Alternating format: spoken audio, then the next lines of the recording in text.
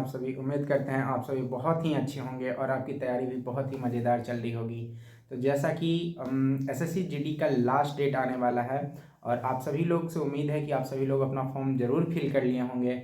Form fill करने के बाद आपको जो सबसे पहले जो आपकी प्रिपरेशन होनी चाहिए एसएससी जीडी की तैयारी कैसे करें। आज का जो हमारा जो टॉपिक है ये एसएससी जीडी की तैयारी कैसे करें, इस पे हम लोग पूरा डिस्कस करने वाले हैं। पूरा रोड मैप आपको भी समझाएंगे हम कि एसएससी जीडी को कैसे क्वालिफाई करें। और मैं खुद एसएससी जीडी में 3 बार क्वालिफाई कर चुका हूं और मैंने कैसे क्वालिफाई किया था एसएससी जीडी उसके बारे में भी आपको बताऊंगा।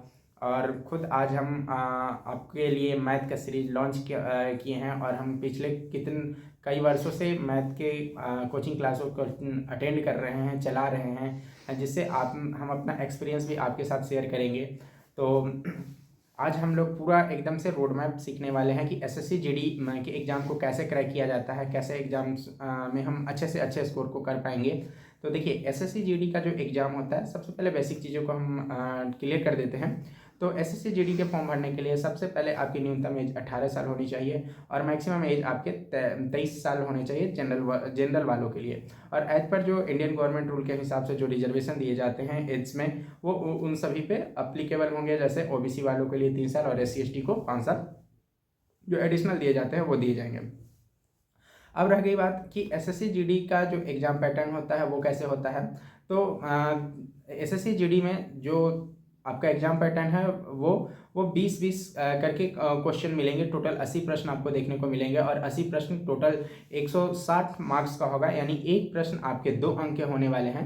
तो सबसे पहले एसएससी जीडी की तैयारी करने के लिए जो सबसे पहला जो आपका स्टेप होना चाहिए ना, वो क्या स्टेप होगा, आपका फॉर्म फिलअप होना चाहिए। ठीक है, तो एसएससी जीडी का जो फॉर्म है वो 31 दिसंबर उसका लास्ट डेट है, जो कि आज कितने तारीख है, आज जो तारीख है आपका 26 दिसंबर है, यानी 5 दिन आपके पास और शेष बचा हुआ है। यदि आपने अभी तक एसएससी जीडी का फॉर्म नहीं फिल किया है तो जाके सबसे पहले एसएससी जीडी के फॉर्म को फिल करिए और अपनी जो सिलेक्शन है उसका पहला कदम आप उसमें रखिए।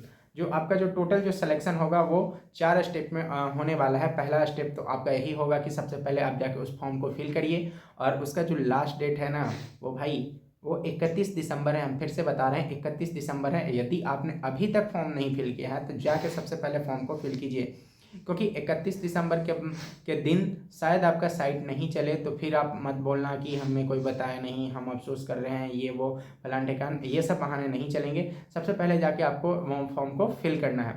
तो जाइए और सबसे पहले फॉर्म फिल करिए। अब हम लोग बात करते हैं उसके सिलेक्शन प्रोसेस की, कैसे सिलेक्शन होता है, एसएससी जीडी का एग्ज़ाम कैसे क्वालिफाई कर सकते हैं हम, और हम अपने भी एक्सपीरियंस शेयर करेंगे हमने कैसे क्वालिफाई किया था एसएससी जीडी के एग्ज़ाम।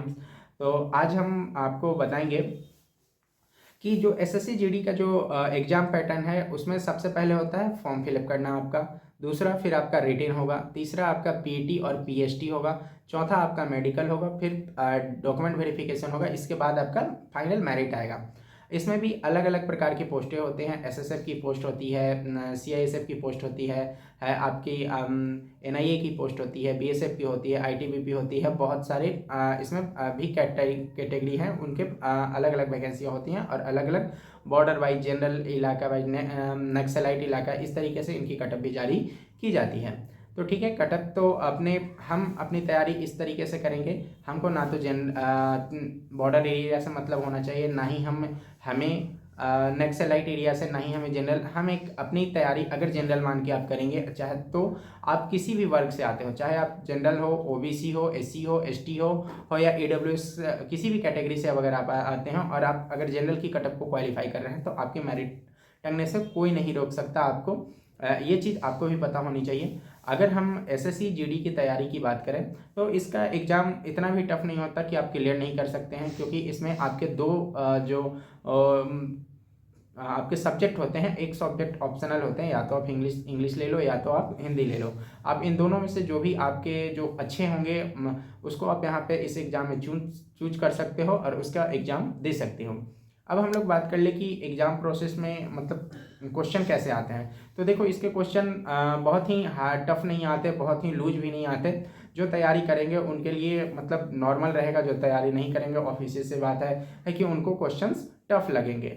तो अभी हम सबसे पहला जो आपका स्टेप बता रहे हैं एसएससी जीडी के लिए कि सबसे पहले जाके आप फॉर्म फिलअप करिए। उसके बाद इसके जो सिलेबस जो इसके द्वारा जारी किया जाता है सबसे पहले, उसके बाद आप सिलेबस को नोट करिए और सिलेबस में हर एक सब्जेक्ट का नोट करिए। जैसे जो रीजनिंग के हो गए, आपके मैथ्स के हो गए, आपके हिंदी के हो गए, अगर आप इंग्लिश लेना चाहते हैं तो इंग्लिश के सिलेबस को नोट कीजिए। फिर जीके जीएस, तो सबसे ज़्यादा जो इम्पोर्टेंट, सबसे ज़्यादा जो आपको यहाँ पे काम आने वाला है वो मैथ और रीजनिंग आएगा।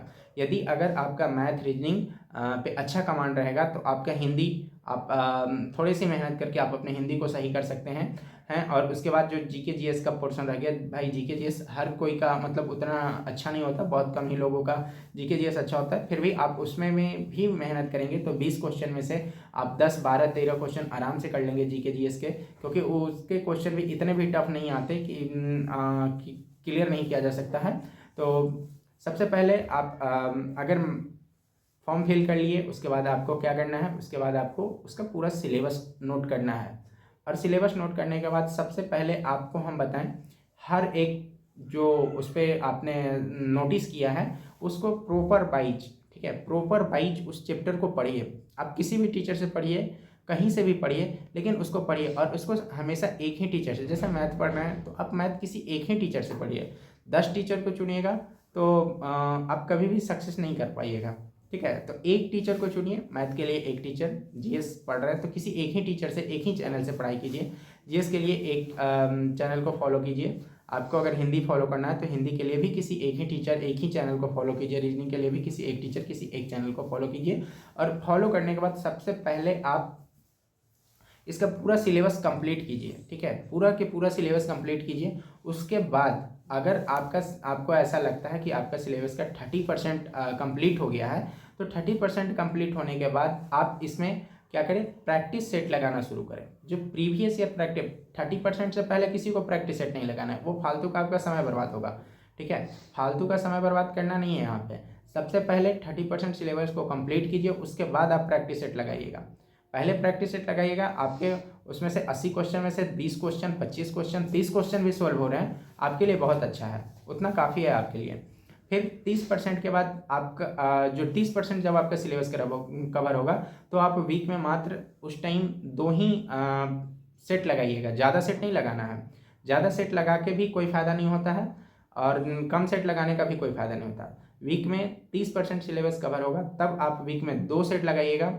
जब आपका 60% सिलेबस कवर हो जाएगा तब आप वीक में 3 सेट लगाइएगा, यानी एक एक दिन बीच करके सेट लगाइएगा। और देखिए जो टोटल एक हफ्ता में 7 दिन होते हैं, ठीक है।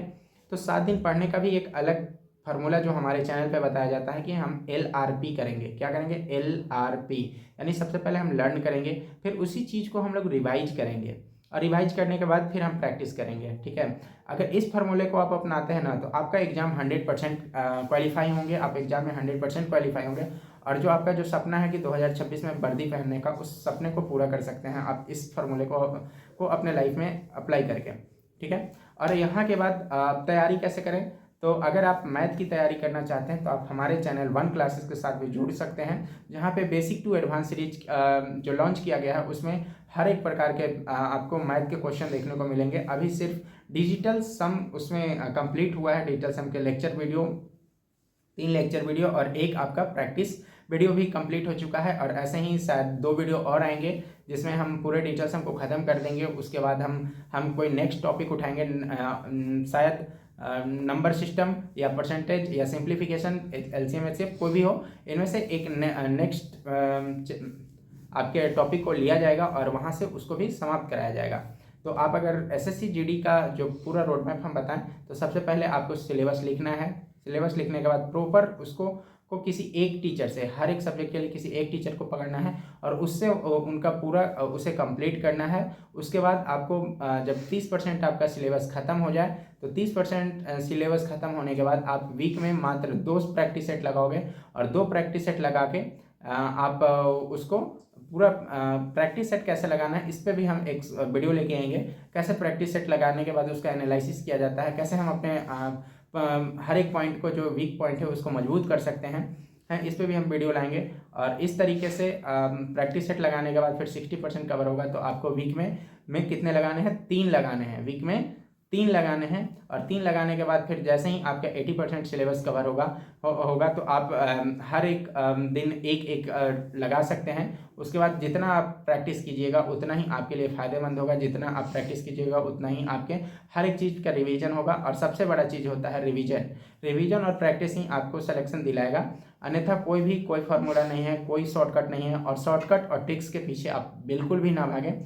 हमेशा शॉर्टकट और ट्रिक्स कुछ ही क्षणों के लिए होता है, लेकिन अगर आपका बेसिक फंडामेंटल कंप्लीट हो जाएगा तो वो आपके हमेशा साथ में रहेंगे, वो जिसकी मदद से आप हमेशा अपने कॉन्सेप्टों को क्लियर कर पाएंगे। अगर आपका एक बार कॉन्सेप्ट क्लियर हो गया तो आपको फिर से उस चैप्टर को दोबारा पढ़ने की आवश्यकता नहीं है। शॉर्टकट मानता हूँ ज़रूरी है, बट इतना भी ज़रूरी नहीं है कि आप अगर बिगनर्स हो, आप पहली बार प्रिपरेशन में उतरे हो तो आपके लिए शॉर्टकट नहीं है। शॉर्टकट उनके लिए है जिनका बेसिक मजबूत है। शॉर्टकट क्या होता है भाई? शॉर्टकट कहाँ से उत्पन्न होता है? कोई उत्पन्न थोड़ी होता है। शॉर्टकट भी तो वहीं से बनता है। अगर जिसका बेसिक क्लियर है वो शॉर्टकट क्लियर कर सकता है, जिसका बेसिक क्लियर नहीं है वो शॉर्टकट पे कभी मत भागना, वो आपका समय बर्बाद होगा, और उस पर समय बर्बाद करने से कोई फायदा नहीं होने वाला है। आप चुपचाप जो हम बताए हैं आप उतना फॉलो कीजिए। और हम अपने एग्जाम कैसे निकाले थे ये भी हम आपको अगर डिस्कस करें तो एसएससी जीडी का पेपर हमने 3 बार क्वालिफाई किया, 3 एग्जाम दिए थे और तीनों एग्जाम हमने क्वालिफाई किया था। कैसे किया था ये भी हम आपको बता दें।